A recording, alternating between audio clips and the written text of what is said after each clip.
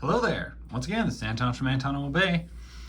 Now, just like a month ago in our town, we finally got our own comic book store in Alamogordo. It's been a long time since we had a comic book store here in town. It's not a very big place or anything like that. And I went in there once and got some free books on its grand opening day, but I don't think I've actually bought anything from them yet that I can recall. And I went in there just yesterday, kind of just because it was a long afternoon and I didn't have a whole lot going on. And I went in and I picked up a few books. They don't have a ton of back issues, but one thing I'm trying to rebuild for the third time is my Alpha Flight set, my complete run of Alpha Flight. And my friend Scott, he got me a really good start. And then I have another set that's on its way that I ordered. And then there were still a few gaps, and they actually managed to fill some of those gaps. So I went ahead and grabbed them. They're kind of cool. They're Zia Comics. They stamp their own bags or backboards with this little logo, and they got little stuff like that on them. They're what I would consider pricey. I mean, if you just they're fairly pricey. I like kind of odd, well-worn back issues of independent stuff to be like $1. And the cheapest I saw there was $2. Like, that was the cheapest comic I saw, for the most part. Most everything was like individually priced at $3 or $4. And for instance, this copy of Alpha Flight is a little, well, it's a little warped. Which, you know, for $3, if I'm paying $3 for a back issue, I kind of feel like it shouldn't be like that. However, I know that if I'm going to get it online individually, by the time I get shipping or anything like that, it's going to be more. So this being the closest route, with the next nearest comic store is an hour away. So I was like, well, I'll just get them. I'll patronize local businesses, and maybe I'll have a comic book store worth seeing someday. And what I got 4 issues of Alpha Flight. I got this Weird Science from EC Comics. Because I love these old EC reprints. So yeah, I thought I'd see what this looks like. I've had weird horror and stuff like that. I haven't had any Weird Science. This one really just grabbed my attention. And as you can see, it has like a pretty severe canker right there in the front. And this Alpha Flight's a little warped, so it's got a pretty good twist on the top here too.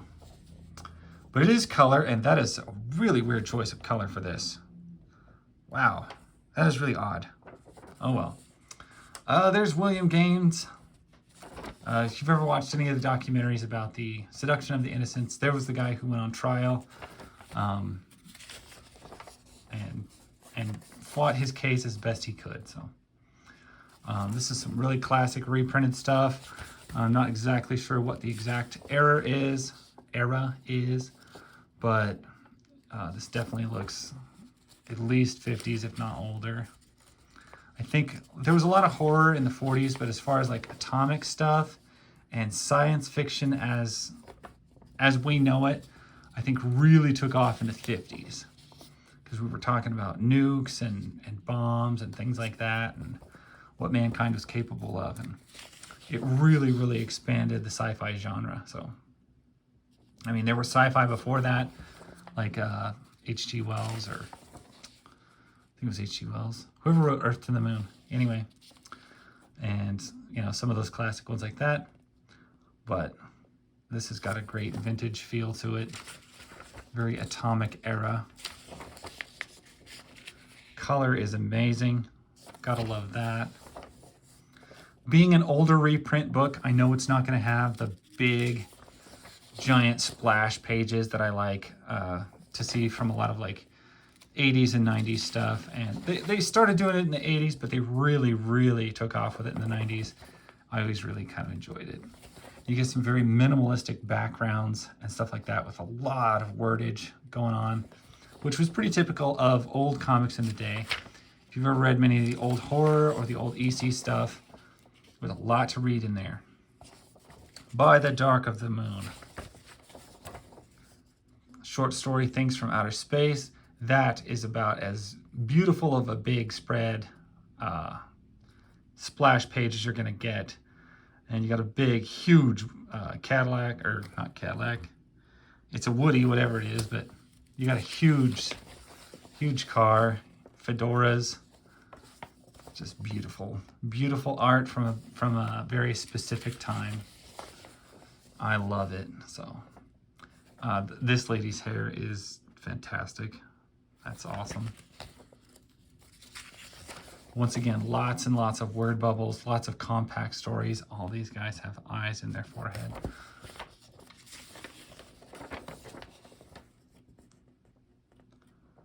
A whole bunch of Tales from the Crypts and The Haunt of Fear and shock suspense stories. Stuff that EC was known for. The issue is a little rough, but these are hard to find. I will give them that. These are hard to find. It's got a big sticker on the front too, gooing up the front. So maybe it's more than I wanted to pay for it in its condition. It was $3, but you know what? Where else in this town, for miles and miles and miles, will I walk in and find something like this? Nowhere. So I grabbed it. And next up, we've got just some Alpha Flights, kind of random ones, or so it seems. But these actually fill some very important gaps that I have in my current reconstructing collection. Or collection, which is under reconstruction of Alpha Flights. And it starts off with a big, glorious splash page there with all sorts of things going on. You've got Diamond Lil, Sasquatch, Box, Heather as Vindicator. I'm trying to remember her name. There's Talisman. I am struggling. I cannot remember that one's name. Either way, it's a nice shot. Big opening page. I should probably look at the date too. 1990. I had not even started collecting at this point. A handful of small comics from the 80s, but as far as being on the take for Marvel back then, I was not. You got some great shots of North Star and Aurora. Talisman's the one in red and yellow. Nemesis is her name. I could not remember her name. Either way. And she's the leader of Gamma Flight, if I remember right. And Gamma Flight has the Purple Girl, a couple other characters. I cannot remember. There's so many. There's the original team of Alpha Flight, but there is a lot. In the later issues, there was a lot of additional Alpha Flight characters. From like Gamma Flight, Beta Flight.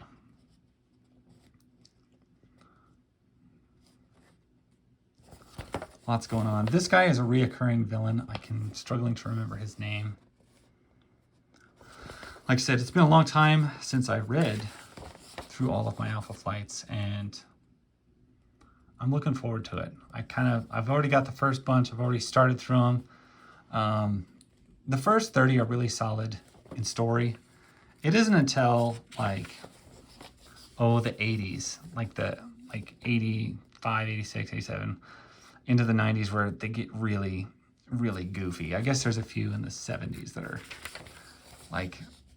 just the plots just get so convoluted and difficult to follow that it is a mess. And I will cover some of that at one of these points, because there's one issue of Alpha Flight that I opened up, and it's like the first 3 pages was just straight exposition to explain what had happened in the last 10 issues. And it was a mess, a total mess. But it's crazy stuff like that is also kind of why I loved Alpha Flight. Because, yeah, you didn't always know what the next turn was going to be, but that doesn't mean that it was always a good turn. Some of it was really, really kind of dumb. It was like, you shouldn't have gone this direction, because you know you're going to have to go back on it. You're going to have to change. But this is not their ultimate villain. There was a lot of villains. The guy in the purple there, that's Wild Child. My first introduction to him was actually in the Age of Apocalypse, when Sabretooth was carrying him around over his shoulder like a jacket, and then just would activate him and throw him into combat. It's kind of crazy. Of course, you got to point out that we got Doctor Strange helping out. And if I remember right, Strange helps out Alpha Flight quite a bit because there's a lot of magic and mysticism in Alpha Flight. They draw from a lot of like Canadian myths and Native American lore and things like that. So there's a lot of magic that comes from it. And Talisman and Shaman, obviously members of the flight, which give it a lot of that too. And that's a great page going on with all sorts of stuff happening. The art is, of course, pretty darn nice. I wish we had a few more big major splash pages, but you know what? It is what it is. Here's issue 99. This is one Scott did not have in his collection that he gave to me. And it's, the Quarlin. Quirlin? I can't remember how to pronounce that, but turns out Mac is like not dead, and he really was abducted by aliens and didn't die. And so you got Mac Hudson, and I think Nova helps bring him back a lot at this point. I know she's critical to this story.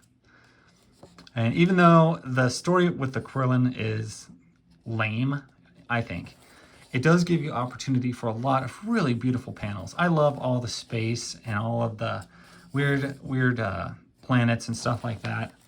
I've always enjoyed that in comic books.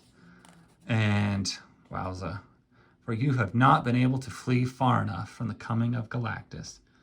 No, you can't. No one can. You can never outrun him. He's inevitable, pretty much. But a great, brilliant, cool page. Just seeing the Eater of Worlds like that. So, Devourer of Worlds, however they say it. So even though the story wasn't maybe the best, it was worth it just for the art. And we get a guest shot here by Captain America and Vindicator. I guess he's calling her Guardian now. See, I always think of Guardian as being Mac's name and Vindicator always being Heather, but I guess they kind of switched at some point. And there's her, whose name I can't really remember. And actually, this is my favorite era of Marvel right here, is this early 90s. There was so much good happening. You had She-Hulk had her own book, and it was fantastic. You had a lot of healthy crossovers. Your art was pretty much all on point, all like this.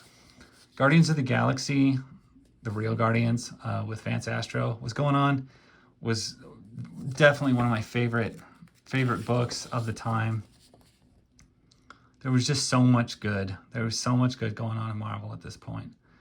This is before they went broke. This is before they sold out to Disney and lost all their characters and got all woke and stupid, and just, this was classic Marvel. I know some of the stories were very convoluted. A lot of the really great writers at the time had maybe moved on to other things. But as far as the quantity of books that they were pointing out, the art that they were putting out, it was like this. I loved it. Yeah, late Copper, my favorite era of Marvel, or of all comic books in general, I would say. Once books hit $2, they just weren't as good. But from that 60 cents to a $1.50 phase, they were all fantastic. I absolutely loved them. I loved what Marvel was doing at that period. Another excellent shot of Galactus. It's just a beautiful page. There's no other way to slice it. The art done there was incredible. You got Box, Hercules, and it looks like Guardian in there. Punisher.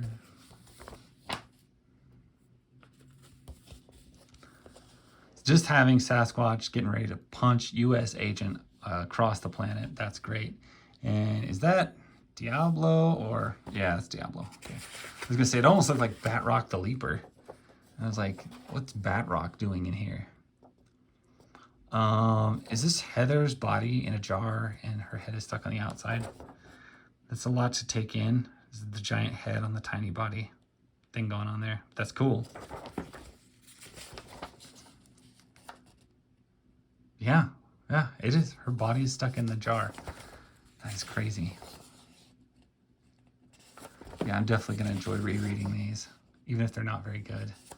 And there's no way that U.S. Agent is going to hold his own against Sasquatch for even a second. Sasquatch can hold his own against, like, the Hulk, the Thing, a Strong Guy. I mean, they're not going to do anything. It's not going to work out.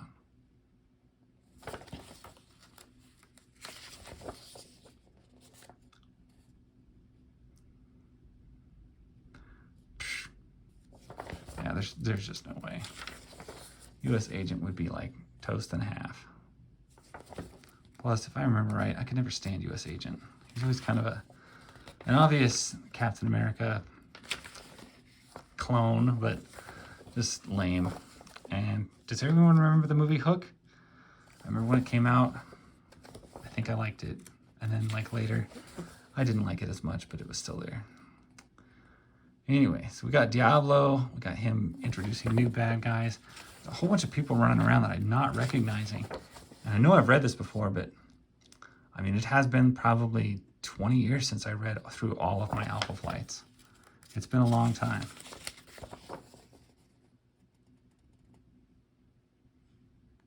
Yeah, I remember the first set. Like I said, the first set I tracked down. There's a goober in here. The first set I tracked down out of all quarter bins. The second set, and that's the one I read thoroughly as I got them. And then the second set, I got in a big collection set, just kind of like boom, all at once. And I had them for a couple years, or several years actually, but during that time, I never reread them. So this third charm of Alpha Flight, I'm definitely going to reread and reappreciate. And here we got 118. This is with the Wrecking Crew trouncing on Sasquatch, who is now orange again, because for the longest time he was white throughout all the 70s and 80s issues.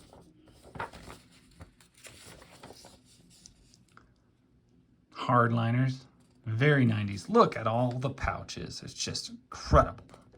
It's the most 90s mech suit robot pouch guys I've ever seen.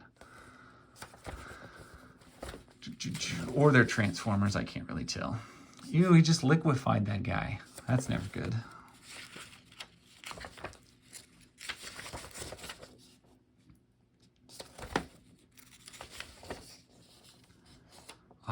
Big, beautiful shot of Heather. Is she arguing with Xavier? It almost looks like Xavier. Huh. Either way, thank you, Alpha Flight, for giving us a big splash of Heather Hudson in her Guardian suit. Definitely my favorite character from the entire Alpha Flight series, so looks good. Even though her hands are a little small, it still looks good.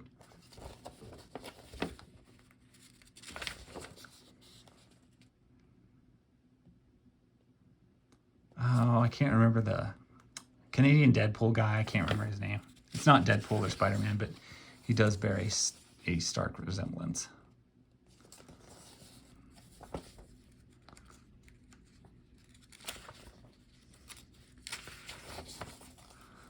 Another great splash page. Wrecking Crew chucking a car at Jean-Paul. Turning Toronto into a war zone. I like the way this issue is animated. And we are getting towards the end of the Alpha Flight series. So 130 is the last issue.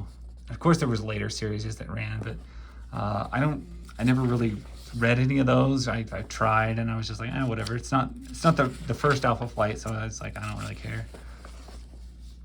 That was one of the first series of Alpha Flight.